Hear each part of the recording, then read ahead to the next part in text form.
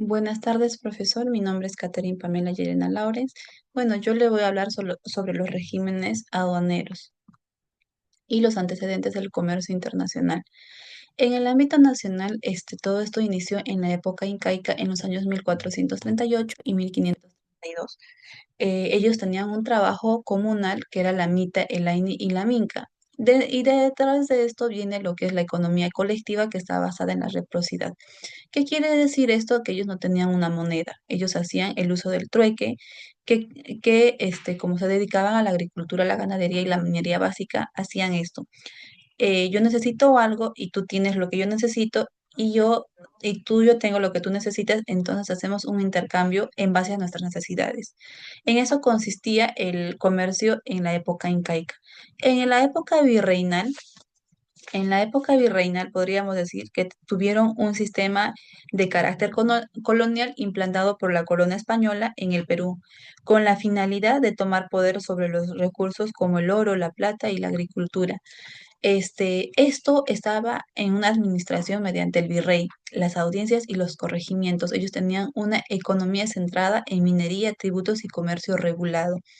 También se puede decir que estaba basada en instituciones españolas con fuerte control de la corona, como bien se mencionó. Eh, la línea del tiempo en el tema nacional fue en la época incaica, luego la época virreinal y en la época republicana. Esta se inicia con la proclamación de la independencia por la parte de don José de San Martín el 28 de julio de 1821, donde esta época fue testigo de cambios significativos en el ámbito del comercio y finalmente tenemos la época moderna. En la época moderna, también se puede hablar bastante en los años 1930 y 1990 sobre las reformas neoliberales, que fueron las privatizaciones, la liberación del comercio, el ingreso de inversión extranjera, la estabilización de la economía y por otro lado el crecimiento económico de la minería como un motor de exportación. En los tratados de libre comercio, la expansión del sistema financiero, los grandes proyectos como el puerto de Chancay y el aeropuerto internacional. En la época de 1968 y 1973 hubo una crisis y las reformas de Velasco que fueron muy sonadas aquellos tiempos, la reforma agraria, donde el gobierno imponía a que la producción sea puesta a la venta a un precio fijo, donde esto hace que haya una reducción de la productividad agrícola, ya que en muchos casos a los agricultores no les convenía el precio que ponía el gobierno para lo que ellos tenían su costo de producción. También a raíz de esto hubo la caída de inversión extranjera y por otro lado también hubo Luego de esto hubo la hiperinflación en los años 80 con un déficit fiscal severo, el colapso monetario y la inflación de hasta el 7,6%. También se incrementó la pobreza. Después de esto se hizo el crecimiento económico. Con esto podríamos decir que hubo un gran cambio en lo que es el comercio, ya que se inició con los tratados de libre comercio, donde diferentes gremios de diferentes países llegaron a un acuerdo con la finalidad de tener mejores relaciones comerciales, donde la salida y el ingreso de mercancías sean más fluidas con mejores beneficios. Eh, También hubo la llegada de grandes proyectos como el puerto de Chancay, que es un megaproyecto, y el aeropuerto internacional. Luego viene la línea del tiempo internacional. ¿Qué quiere decir esto? Que se inicia en la época de la Edad Antigua. Luego de ello viene la Edad Media, la Edad Moderna y la Edad Contemporánea. En la Edad Antigua se utilizaba el trueque, se crean las primeras caravanas comerciales. Luego de esto llega la Edad Media, donde se agregan rutas comerciales como la ruta de la seda, que esto es muy importante para tener una mejor afluencia del comercio internacional. Se crean gremios comerciales, como había mencionado, los TLCs y los tratados que ayudan a que la economía de diferentes países mejoren, crezcan gracias al comercio internacional. Las monedas y los bancos empiezan a desarrollarse también para poder tener mejor resultado en lo que es el comercio, ¿no? Luego viene la Edad Moderna, donde llega la conquista de América, el descubrimiento de las Indias, aparecen los primeros pensamientos económicos. Y finalmente, en la época, en la edad contemporánea donde estamos en la actualidad, donde Estados Unidos se consolida como la primera potencia económica, China se convierte tras años de comunismo en segunda economía del planeta. La globalización, la revolución industrial, la revolución tecnológica, la revolución científica y medioambiental. En los regímenes de exportación, vamos a hacer un análisis del régimen en la Ley General de Aduanas, que esta fue publicada el 27 de junio del 2008, que tiene por objetivo regular la relación jurídica que se establece entre la Superintendencia Nacional, que es SUNAT, y las personas naturales y jurídicas que intervienen en el ingreso, en la permanencia, en el traslado y salida de mercancías hacia y desde el territorio aduanero.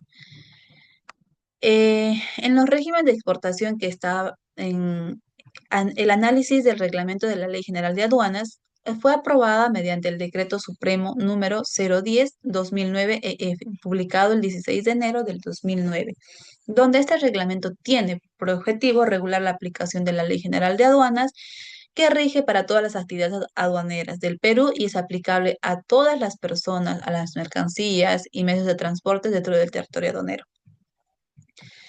En el régimen de exportación se dividen en tres partes. El procedimiento general de exportación definitiva, el procedimiento general de exportación temporal para la reimportación en el mismo estado y el procedimiento específico de exportación con fines comerciales a través del servicio postal. Ahora les voy a explicar un poquito sobre el procedimiento general de exportación definitiva.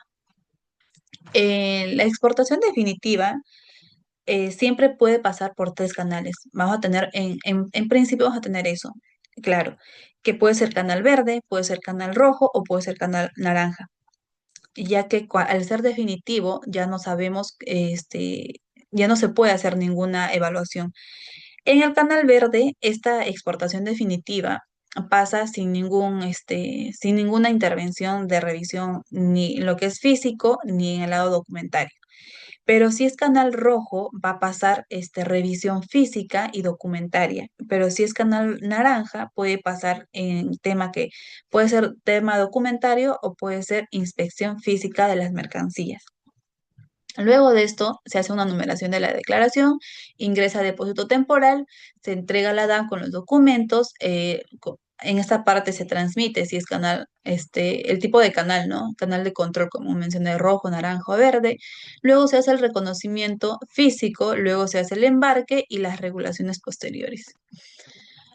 En el procedimiento general de exportación temporal para la reimportación en el mismo estado existen las tramitaciones de régimen y en casos especiales. El procedimiento específico de exportación. Acá vamos a decir que en el régimen de exportación temporal para reimportación en el mismo estado, siempre va a pasar por canal o bien rojo o bien naranja. ¿A qué se debe esto? Cuando tú haces un trámite, vas a declarar las mercancías con todas las especificaciones del producto que se va a exportar para su reimportación.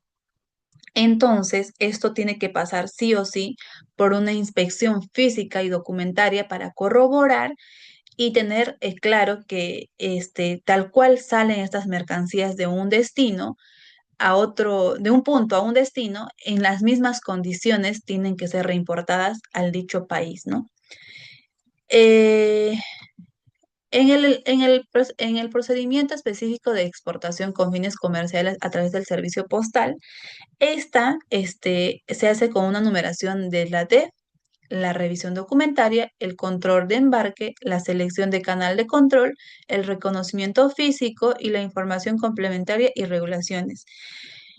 En este tipo de exporta fácil tiene que tener en cuenta que el monto máximo a exportar es de $7.500 y 30 kilos. Esto normalmente se hace para algunos emprendimientos cuando uno quiere exportar pequeños envíos a diferentes mercados internacionales, ¿no?